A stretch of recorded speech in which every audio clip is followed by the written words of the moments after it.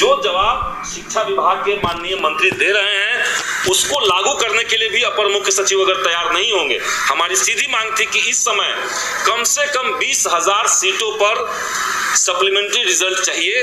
वैसे स्टूडेंट्स, वैसे अभ्यर्थी जो मिनिमम एलिजिबिलिटी क्राइटेरिया को क्रॉस कर चुके हैं, कुछ नंबर से जो मेरिट में पहले मेरिट में नहीं आए थे, उनको तत्काल सरकार सेकेंड लिस्ट जारी करके ले। तो जहां 20,000 की बात थी वहां मात्र 4700 सीटों पर बहाली आ रही है। तो ऐसे कई सारे आदेश हो रहे हैं जहां पे शिक्षा मंत्री की बात शिक्षा विभाग के अपर मुख्य सचिव भी नहीं सुन रहे हैं। संदीप जी, क्या लगता है कि मुख्यमंत्री जी के इशारे पर सब कुछ हो रहा है? क्योंकि आप सोचिए कि अपर मुख्य सचिव जो है वो इतने बड़े बड़े फैसले ले रहे हैं, शिक्षा मंत्री की बात नहीं मान रहे हैं, तो सब तो मिला होगा। वो इंडिकेटिव भी कर चुकी है कि वो नहीं कर रहे हैं, मुख्यमंत्री नीतीश कुमार के संज्ञान में लेकर ही कोई कदम आगे बढ़ा। निश्चित तौर से देखिए, इसमें सबसे बड़ी जिम्मेदारी तो माननीय मुख्यमंत्री महोदय की बनती है, क्योंकि अल्टीमेटली कोई भी फैसला होगा तो वो कैबिनेट से ही, कैबिनेट के माध्यम से होगा, और कैबिनेट के जो हेड होते हैं वो माननीय मुख्यमंत्री होते हैं। तो माननीय मुख्यमंत्री महोदय को ये समझना चाहिए, क्योंकि जनता दल यूनाइटेड के भी कई नेताओं ने, राष्ट्रीय जनता दल के कई नेताओं ने इस बात को कहा है कि ये जो संकट दिख रहा है शिक्षा विभाग में, इसका समाधान होना चाहिए। तो इसको करना है अल्टीमेटली माननीय मुख्यमंत्री महोदय को।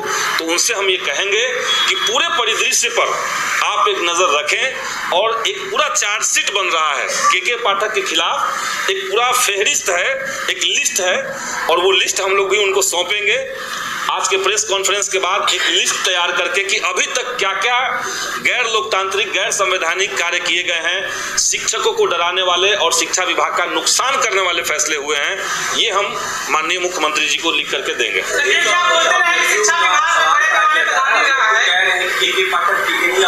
मिल नहीं रहे, किसी से बात नहीं कर रहे, किसी मुद्दे पर चर्चा भी नहीं कर रहे। यही उसमें कहा सवाल है, आप बराबर कहते हैं शिक्षा विभाग में नामी होता है, मिली भगत के काम होता है, तो के पाठक सुधार का काम कर रहे हैं, तो आपको तकलीफ क्यों? आप पहले भी बोल चुके हैं इस बात नहीं, आप ये बताइए कि क्या शिक्षकों को डराना, जब पहले से ही बिहार के सारे स्कूल राष्ट्रीय और राज्य स्तरीय मानकों को पूरा कर रहा है, कितने दिन तक कक्षा चलनी चाहिए, कितने घंटे तक कक्षा चलनी चाहिए, ये तमाम मानकों को जब बिहार के सारे स्कूल पूरा कर रहे हैं, उसके बावजूद छुट्टियों को कटौती करना, कटौतियों करके एक अराजक वाला माहौल बना देना, हिंदू मुस्लिम माहौल बनाने के लिए भाजपा यहाँ बैठी हुई है, तो ऐसे में हम कैसे मान लें कि वो सुधारात्मक काम कर रहे हैं। दूसरी बात कि आपने ये भी सुना होगा कि शिक्षा विभाग ने ये भी निर्णय लिया है कि बिहार के सरकारी स्कूलों के अंदर निजीकरण को बढ़ावा देंगे, आउटसोर्सिंग कंपनियों के माध्यम से नाइट गार्ड की बहाली की गई है। जो सरकार के नियमावली के माध्यम से वहां का प्रबंध कमेटी ने जो बहाल किया है नाइट गार्ड को, उनको 5,000 वेतन मिल रहा है, लेकिन आउटसोर्सिंग कंपनी के माध्यम से बाद में अपर मुख्य सचिव ने बिना टेंडर के ठेका देकर के जो बहाली करवाया है, उनको 11,000 वेतन मिल रहा है। तो ये कैसा सुधार है? कोई सुधार इसमें नहीं है, बल्कि ये एक अराजक स्थिति पैदा करने की जा रही है शिक्षा विभाग के अंदर।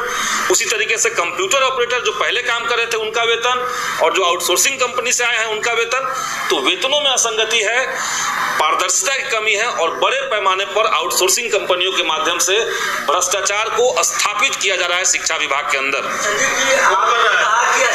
तरीके से के पाठक के काम हिसाब से आपने लिस्ट बनाया है, वही नीतीश कुमार जो है गाने मैदान में उनका बड़ाई करते हैं, तो क्या आप मानते हैं कि नीतीश कुमार असावैधानिक काम करने वालों का सपोर्ट कर रहे हैं? देखिए, पूरा उनका जो भी कृत्य है, जो फरमान है, मैं कह रहा हूं कि क्या कोई भी व्यक्ति, माननीय मुख्यमंत्री को छोड़ दीजिए, क्या कोई भी व्यक्ति उस आदमी का तारीफ कर सकता है इस बात के लिए कि वो स्कूल में जाकर के किसी टीचर को गाली दे रहे हैं, किसी पदाधिकारी को अबे तबे कह रहे हैं, किसी टीचर को बॉडी शेमिंग कर रहे हैं मोटा कह करके?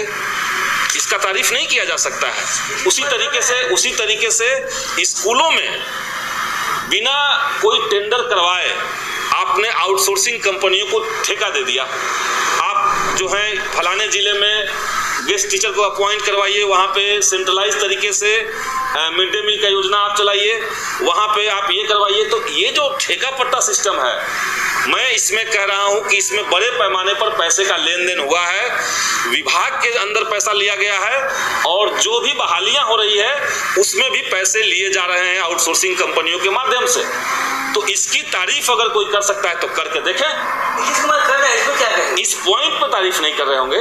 एक परसेप्शन ये बनाने की कोशिश हुई है, ये मानते हैं, एक परसेप्शन ये बनाने की कोशिश हुई है कि जब से के पाठक आए हैं तब से स्कूलों का व्यवस्था जो है वो ठीक हुआ है। तो उसमें कुछ पॉइंट हम मानते हैं कि कुछ पॉइंट सुधार हुए हैं। जैसे शिक्षकों की उपस्थिति, हम लोग पहले से ही कह रहे थे कि टीचर्स का जो स्कूलों में उपस्थिति है वो ठीक तरीके से होना चाहिए, नियम के मुताबिक होना चाहिए, छात्रों की उपस्थिति होनी चाहिए।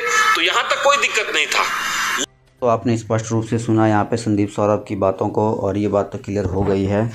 जैसा कि संदीप सौरभ ने स्पष्ट रूप से कहा कि बहाली की प्रक्रिया में जो है 20,000 तक रिजल्ट जारी होना आवश्यक है। अगर 20,000 तक रिजल्ट जारी नहीं होता है तो कहीं ना कहीं शिक्षक अभ्यर्थियों के हित में ये बात नहीं होगी।